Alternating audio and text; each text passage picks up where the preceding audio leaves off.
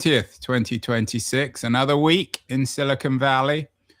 More madness, more investment, more obsession with AI. This week, Jeff Bezos announced his intention to raise a $100 billion fund to transform companies with AI. These aren't naturally AI companies. Bezos himself looks increasingly, at least in some of the pictures that appear in media, like a Hollywood star. Meanwhile, our obsession with gambling is picking up. This week, Major League Baseball named Polymarket exclusive prediction market partner, and Polymarket's also in the news.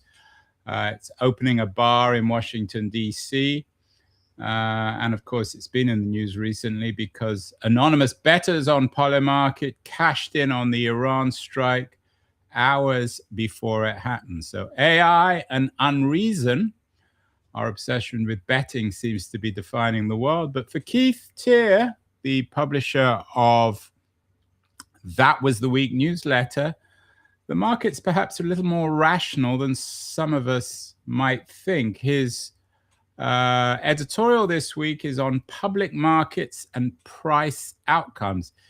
It's a bit of a boring title, Keith, but it's an interesting thesis. You're suggesting that the markets are actually pretty rational, especially when it comes to these private AI companies. Of course, the expected IPOs of Anthropic and OpenAI later this year are expected to be the supposed Netscape moment for our AI economy. And SpaceX, of course, I think. And SpaceX, of course. Yeah, look, the point of that title, you're right, it is boring, but public markets are prediction markets. And they're driven by sentiment, and the sentiment is driven by a belief in what's going to happen next.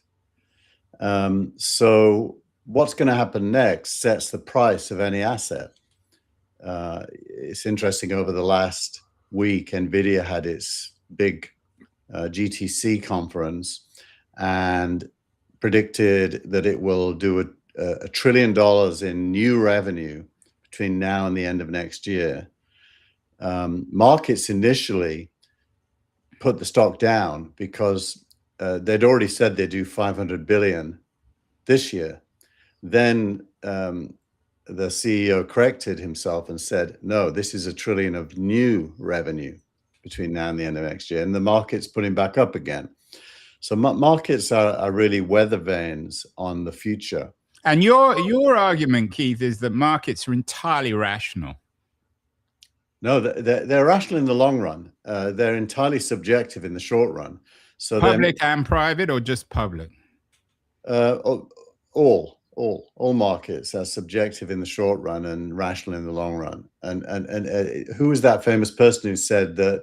Keynes. They're a voting machine in the short run and a weighing machine in the long run. I don't know but Keynes famously said, in the long run, we're all dead. So maybe the reason of the market in the long run isn't that important. But anyway, it's a good prism through which to look at all these different things going on, because indiscipline doesn't get rewarded by markets, and markets are where you get your paycheck. So almost every player, including governments, keep an eye on the market for good reason. Yeah, and I'm still waiting for Donald Trump's Liz Truss moment when the markets are responding there. It seems to be we're on the verge of a Liz Truss moment when it comes to Trump and the Middle East. But when it comes to the markets, Keith, and this idea of the public markets not making its decision yet on AI, I wonder if they have. I mean, I was looking at Google stock, and if you look at their numbers over the last year, there's nothing that dramatic. They've been climbing steadily from 150 now to about 300. So haven't the markets already determined the value of AI? If they're bullish or relatively bullish on Google, why wouldn't they be equally bullish on OpenAI and Anthropic? Well, the markets always have a current opinion, so you're right about that, and they also have a view of the future. And if you look at the 3 IPOs we mentioned, should they happen at the scale that's being rumored, those three companies would raise more money going public than the entire IPO market for the last 10 years. So the market is about to deploy cash at a scale that's unheard of into AI. So even though the markets have already spoken, they haven't finished speaking. The way you present the markets, though, in your editorial, you seem to be suggesting that the public markets and the people who would buy shares of Anthropic and OpenAI and perhaps Google are entirely rational, but aren't they slightly crazy? I mean, what about all the irrational exuberance of previous booms and busts, from tulip mania to .com? Yeah, well, look, the editorial was triggered by an IPO that happened yesterday for a fund that's somewhat similar to Signal Rank called VCX. It's called Fundrise, and the ticker is VCX. Its shares started trading at $34 and ended the day at 100 and something. Today it's at 104.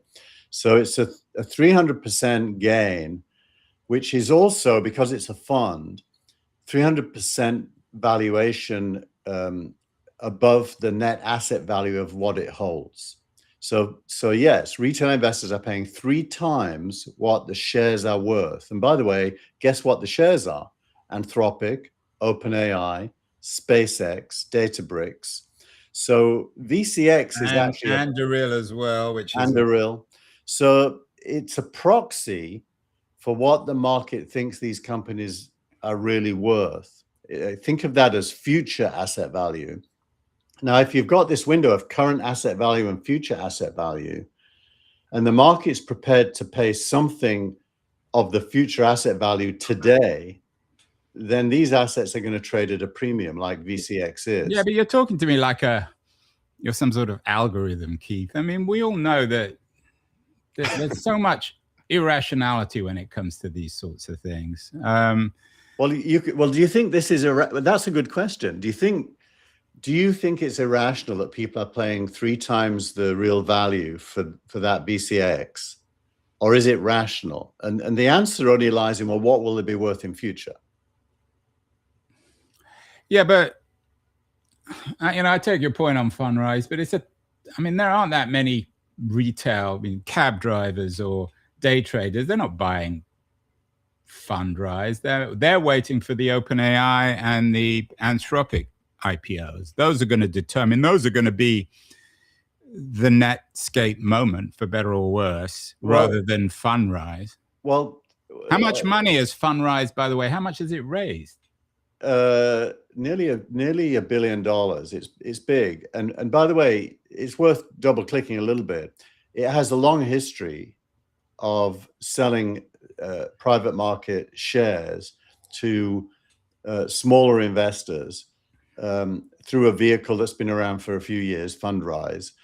It has roughly 100,000 investors on its platform prior to going public.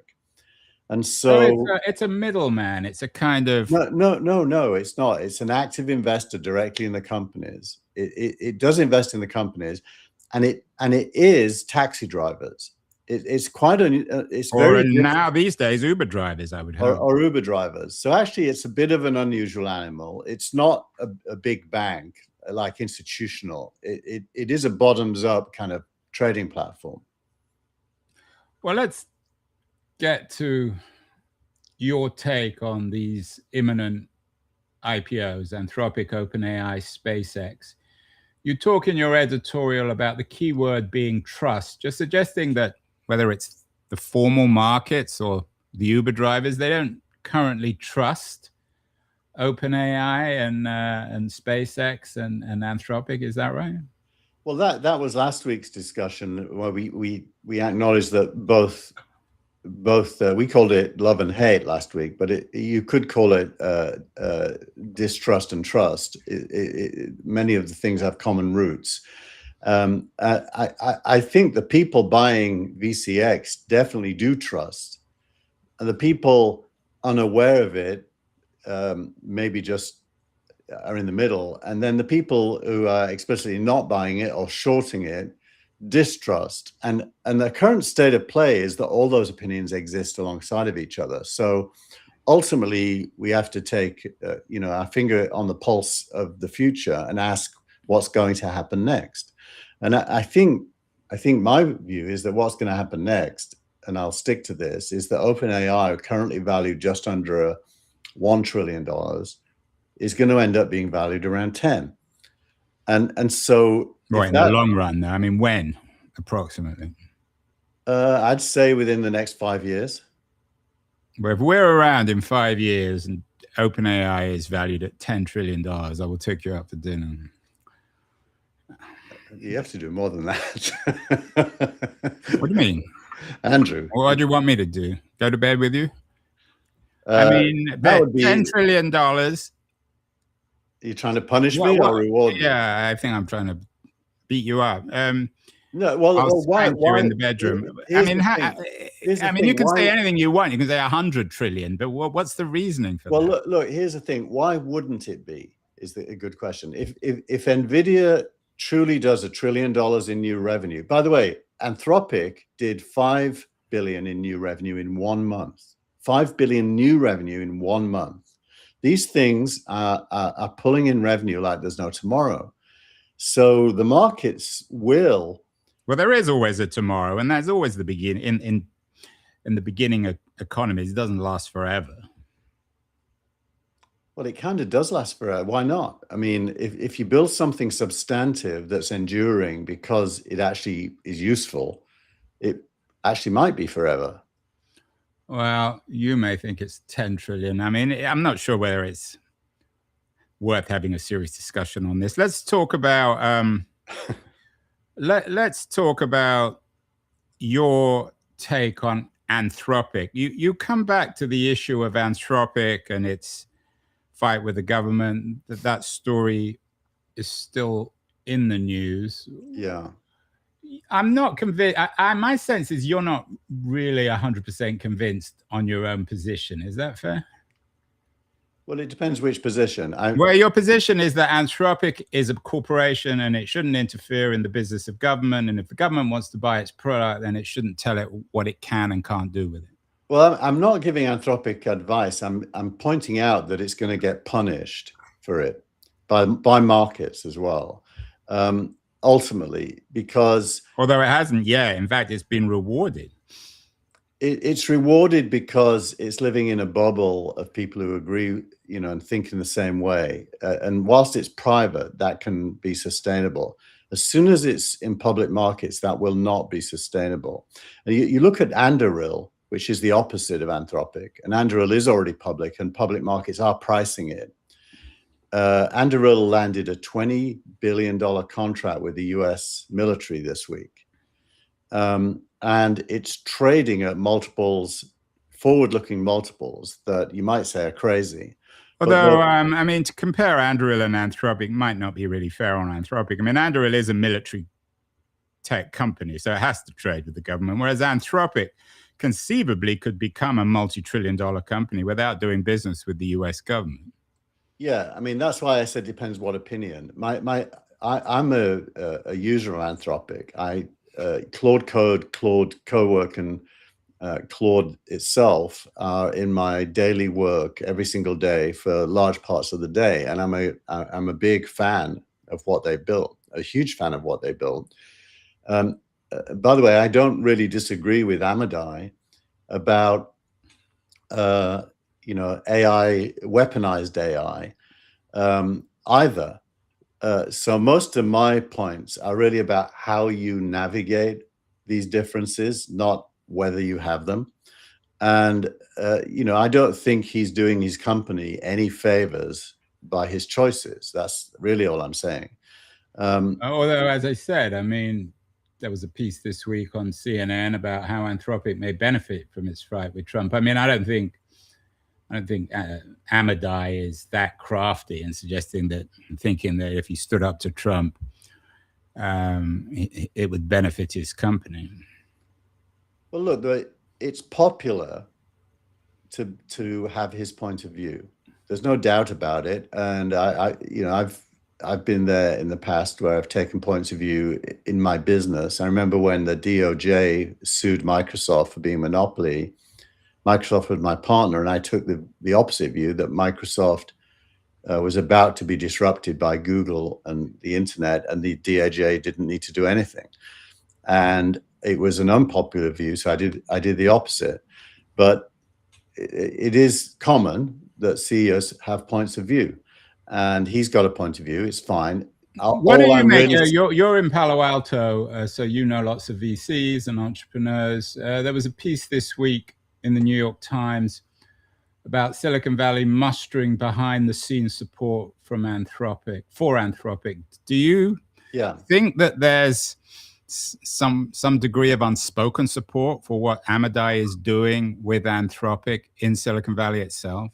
Well, that is, I don't know if it says it explicitly, but actually that's OpenAI lobbying on Anthropic's side behind the scenes.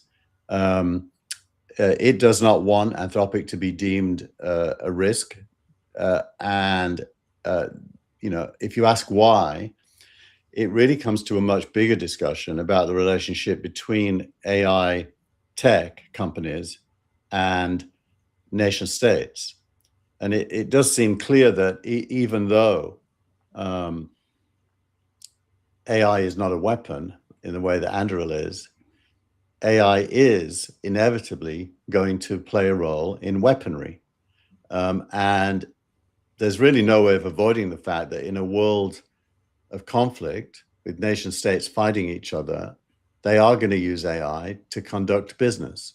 Yeah, I mean, that goes without saying. But I wonder, and you and I have talked about this before, whether the old equation of governments somehow being more powerful than corporations and corporations being in the business of supporting government, whether that's going to be turned on its head, that increasingly I mean, if you're right, and I as I said, I'm a little bit skeptical, but who knows? I mean, in 10 years, anything can happen. If OpenAI is really worth $10 trillion in 10 years' time, I mean, the current largest company, most valuable company in the world is what? I don't know. Is it Apple? It's about four or five. It's NVIDIA now. So it's NVIDIA, but it goes backwards and forwards between NVIDIA and Apple at around the $4 or $5 trillion mark. And Saudi Aramco is the other big one. Right. Well, that's another story. By the way, we do have a commenter from YouTube who says, given that 20% of the world's capacity of LNG was destroyed and data centers being bombed in the Gulf, is this the popping of the AI bubble? And the answer, Profit Generation Lab, is no. It is not. I don't even think it's a bubble, but it definitely isn't going to pop. In fact, the opposite. It's going to double at least year over year for the next 5 years. By the way, that's how you get from 1 trillion to 10, Andrew. It's 1 becomes 2, 2 becomes 4, 4 becomes 8. Yeah, well, as I said, I'm not going to enter in. To me, it's a fantasy. I mean, you can go and watch a Disney movie if you want, but when it comes to valuing companies in the future, especially OpenAI isn't even worth $1 trillion. It's not even a public company yet. But if it is indeed, if we do have if we do have an AI company, whether it might be Google is already at 4 or 5 trillion, or OpenAI or even Anthropic worth $10 trillion in 5-10 years, how will that change the relationship between the corporation and the government? Well, look, US GDP is about, I think it's 120 trillion worldwide, of which the US is, if I'm not mistaken, the largest player. So what is it, about 40, 50 trillion? I'm blanking on. What's $1 trillion between friends? Let me just not throw out a number out of my head. US GDP right now is 31 trillion. Okay, so now, we're talking. So if what you're saying is right, and it's beyond speculation, as I've suggested, but if OpenAI or one of these AI companies is worth 10 trillion, it means if an OpenAI is worth 10 trillion, then Anthropic's probably worth 8, and Google's probably worth 15. They basically make up the entire economy. So, well, the stock market is basically globally is $127 trillion. So the stock market is like 1 year's GDP for the world. And by the way, that's global stock markets. The US is about half of that. And so what you're saying is that OpenAI could be itself about 15% of the US stock market's value as today. Of course, the stock market's value will grow. Now, in order to be worth 10 trillion, its revenues would have to be something in the order of 10 trillion divided by 20. So that's about $500 billion. 500. Yeah, but I'm not interested in getting into the mechanics of the valuation. That's not interesting. Well, that's how you avoid. No, but my question, you're not answering my question, or you're not maybe understanding my question. Is how does that alter the power dynamic between the government and corporations? I mean, at the moment, the government's trying to push Anthropic around, and Dario Amodei is pushing back with some degree of success. It would seem. I mean, he's supported by some people in Silicon Valley. It certainly benefited Claude users. One wonders in the long term what the impact will be. Yeah. So but if these trends continue and these AI companies grow in their valuation, what does that mean in terms of their relations with the government? Well, so let's ask the question about NVIDIA, which is the world's biggest company. How does it impact the government? The answer is not very much. The government could stop it selling its chips to China because ultimately the law trumps the company. And so what you hope is that lawmakers are immune to being bribed. We all know that lawmakers do get, in quotes, bribed through lobby groups and so on. So far, at least, most of the AI companies have shown limited interest in lobbying. They do lobbying, but it's not a lot of money, relatively speaking, that they spend on it. So I think that the answer to your question is really a question more about government than it is about the AI companies. The AI companies will only get power if you have corrupt governments where the AI companies want to leverage that corruption to their own self-interest. I don't think of it in that framing. I think AI is a human good. And I think governments want it, not all governments, but most governments, especially the US government, want it to succeed. Yeah, but that wasn't my question. Well, my answer is the government will retain the power. Being big doesn't give power unless governments are bribable. We shall see when it comes, if there is some war or crisis over Taiwan and NVIDIA and its role in all this.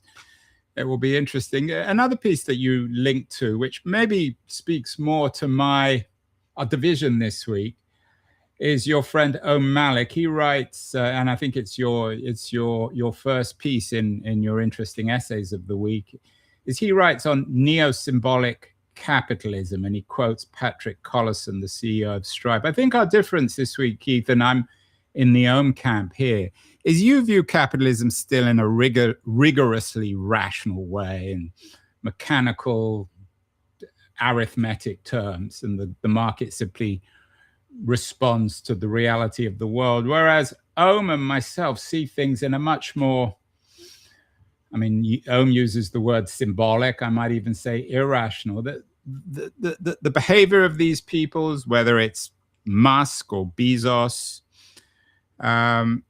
or certainly Dario Amodei, isn't quite as rational as you suggest. Why did you include Om's essay on neo-symbolic capitalism? I'm assuming you don't agree with him. There's elements I agree with.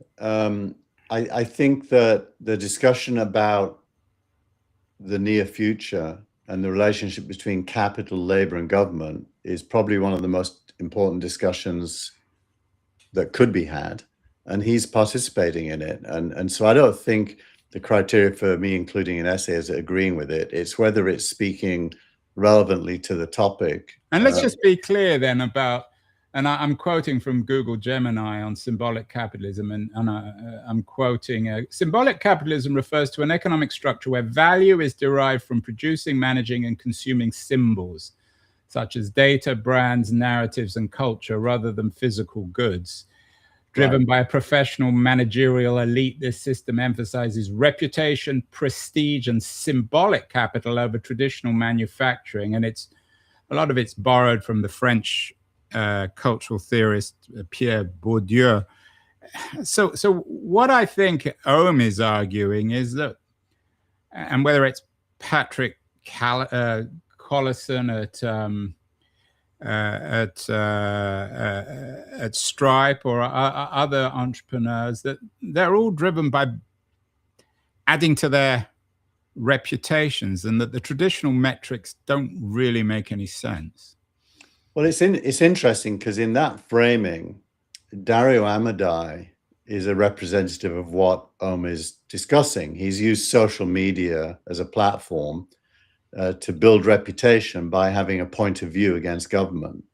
And that's really a very different set of events than his products and the revenue that they're generating. Whereas OpenAI is focused mainly on growth and revenue, and hasn't been on a pulpit trying to get reputation building.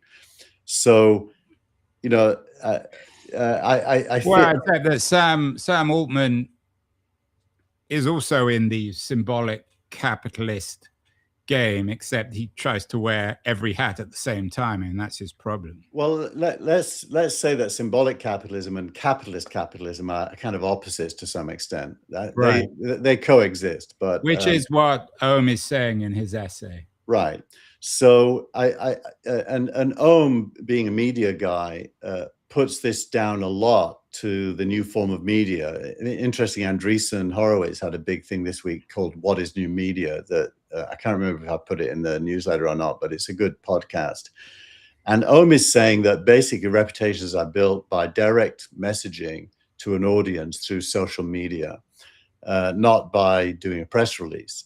And that this amplifies this symbolic capitalism focus, and that most leaders of industry are more and more focused on their reputation and imagery. And he's not wrong, but he's also is wrong, because none of that works unless you're making money. And think of Musk. Musk is an interesting character study in this context, because Musk has drawn the ire of not just you, but many, many people due to his statements and actions around Doge in particular. Yet he's making so much money through Tesla and SpaceX that it really doesn't matter. And so he's the counter symbolic capitalist in a way. Well, Ohm said, and just to be clear, and I wouldn't disagree with you there, Ohm says that Musk is the master of symbolic capitalism. He executed a perfect plan for creating a perpetual machine for symbolic capital, and the whole valley took notes. I mean, the two aren't necessarily in contradiction. You can have profitable companies and at the same time be a symbolic capitalist like Musk. Well, true, but then I question the labeling of symbolic capitalism. I just think it's effective marketing.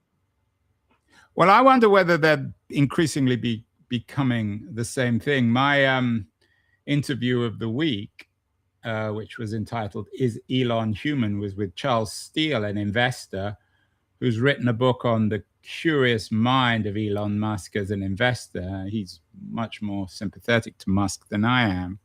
But I wonder whether symbolic capitalism has become real capitalism, and that maybe that's why Dario Amodei has been so quote unquote brave in taking on the government, because the great industrialists or post-industrialists of the 21st century will need to take on government. And in a sense, they're stepping into the vacuum where government used to exist. I mean, that comes back to my question of what happens if an AI company is worth 10 or 15 trillion dollars in 5 or 10 years. They're going to be able to rival government. And given the lack of trust and faith and credibility in government, one wonders whether the Ahmadis of the future will become the Prometheuses. It's perhaps no coincidence that Jeff Bezos's new fund is linked to his Project Prometheus.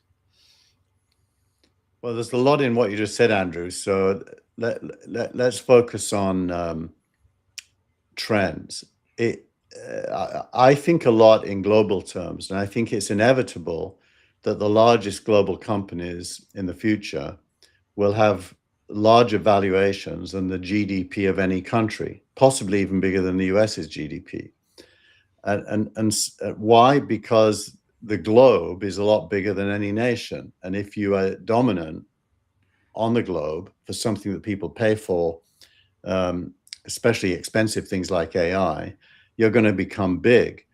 And that to me seems inevitable. And therefore, capitalism ultimately is a numbers game. All these other things are still true. There's layers of economics and then politics and civil society and the way it gets played out in the media. All of those live together.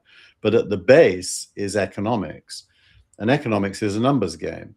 And so the winners win the numbers game and get to own much of the layer above, unless politics is independent and truly democratic. And therein lies, the challenge facing all of us. How do you get a polis that can be trusted with the future? And, I have points of view about that. That is very different to the current situation where, we have wars raging left and right in terms of what I think the future needs to look like. But that is a contested space where opinion will clash with other opinion and result in some kind of an outcome. And in the absence of that, you get uncertainty, and uncertainty kills economics. But uncertainty is the very definition of economics. I don't know what you want from it, and I don't know whether you're expecting these billionaires to be entirely rational. Another of your stories this week is on a TechCrunch story about the billionaires who made a commitment to the Buffett Gates initiative on the giving pledge of giving their money away. Peter Thiel is leading this. Now they want out of the promise that was made back in 2010. Meanwhile, this week, Thiel, who in an economic sense is clearly a genius, and perhaps equally prescient as Elon Musk, he's been in Rome this week talking about the Antichrist, and there was a piece in the New York Times suggesting that some people in the church want to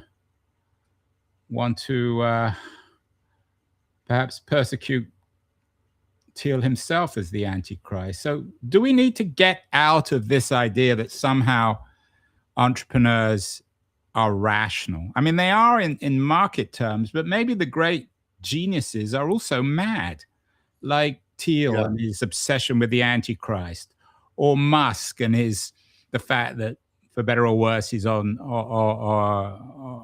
the spectrum. Is this one of the issues that maybe the public markets have to acknowledge this? Maybe one reason to be a little dubious of Dario Amodei is he's a bit too rational and reasonable. He needs a bit of the Peter Thiel or the Elon Musk in him. Look, they all are irrational.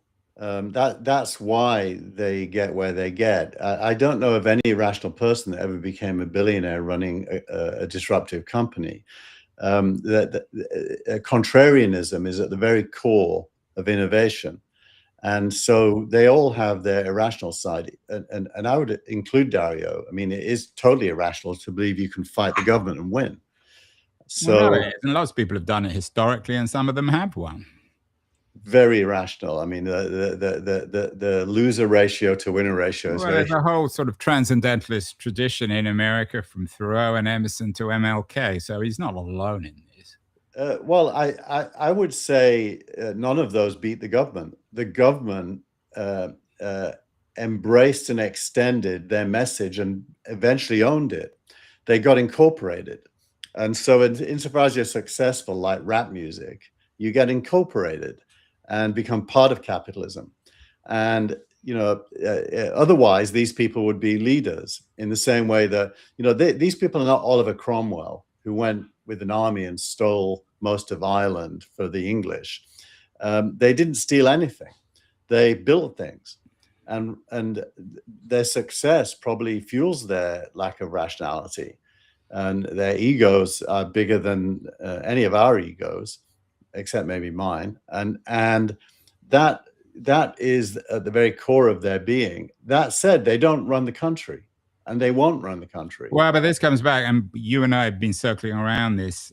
I think in some ways they already do, and they certainly will in the future. Let's end with another great symbolic capitalist, Vinod Khosla. His post of the week, which is, of course, a platform for symbolic capitalism on X. I'm quoting him. He said, AI will necessitate a change in tax structures, capital gains taxes, ordinary income taxes, and more. And then he goes on, and this is really interesting. Capitalism is by permission of democracy. But I would actually reverse that. I think democracy is by permission of capitalism. Isn't that the old Marxist framing, Keith? Isn't it true? I don't. But before you get to that question, I mean, Vinod is a classic symbolic capitalist, isn't he? He understands the system as well as Musk or Thiel or any of the others. Yeah, and he's a thoughtful, intelligent guy. I think there's two things to on talk top about. of that. They aren't necessarily incompatible. Correct. I think there's two things to talk about. The first is his framing of capital and labor. I think there's a book in that. I'm almost tempted to write a book called Capital and Labor in the context of what's going to happen next, because that is probably at the very core of what's going to change. And when that changes, he's right that taxation makes no sense as it is thought of today, because income will not exist. And if there's no income, there's no tax. He wants to get rid of capital gains, which is the other side, the capital side. But he wants to find a mechanism to channel the wealth from the success of AI to society, which is a worthy desire. I think it's a great desire. And you've articulated that. We've all articulated that. I mean, it almost goes without saying. I mean, even the Andreessens and Thiels and Musks of the world want that. Right. So that's one thing. The second thing is, how will it happen? What are the mechanisms through which that could happen? And I only can come up with one answer, which is government, because any other answer, it would either be philanthropy, like, the big winners in AI just agree to donate money to society. That doesn't seem very likely. It's certainly not reliable.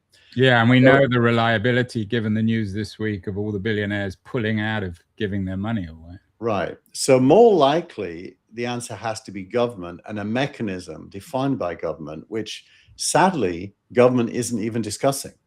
So what became of the Marxist in you, Keith? You really do believe that capitalism is by permission of democracy? The Marxists would always argue that democracy is by permission of capitalism. Well, let me address that. I didn't address that, actually. I think democracy, historically, certainly as we understand it today, not slave-owning democracy in Athens, but democracy where there's a middle class. Or 19th century slave-owning American democracy. Right. When you get a middle class, which is the precondition for which is capitalism, and as the middle class grows and goes to college and is educated, it tends to influence the outcome of elections more and more and more. Even Trump is symptomatic of the middle class influencing an election. And that tells you that democracy thrives on economic success. Now, there are examples where that isn't true, like India is always quoted. Although India is about to and is in the middle of economic success now. But usually democracy requires a healthy capitalism. Yeah, I mean, isn't that I mean, it's a bit of an old-fashioned idea. It doesn't seem to work in China, for example. Everyone expected Chinese prosperity result in democracy. The reverse is true. Actually, I didn't say that prosperity equals democracy. I said democracy can't exist without prosperity. It usually doesn't. What about in the UK? Well, the UK is fairly prosperous. I mean, it's still in the top 10 in the world. It's just relatively in decline. Well, there we have it. Keith believes that capitalism, borrowing from Vinod Khosla, the great symbolic capitalism, venture capitalist, symbolic venture capitalism. Maybe that should be the title of your book, Keith. Like Khosla, Keith believes that capitalism is by permission of democracy. I believe that democracy is actually by permission of capitalism. And my sense is, as our century progresses, and if Keith is indeed right, that the open AIs of the future will be worth 10, 15, 20 trillion dollars, then that will be increasingly the case. Certainly, we will return to this subject, Keith. It's one that we've been circling around and we come back to time and time again. Thank you so much. Very interesting conversation this week. Thank you. Bye, everyone.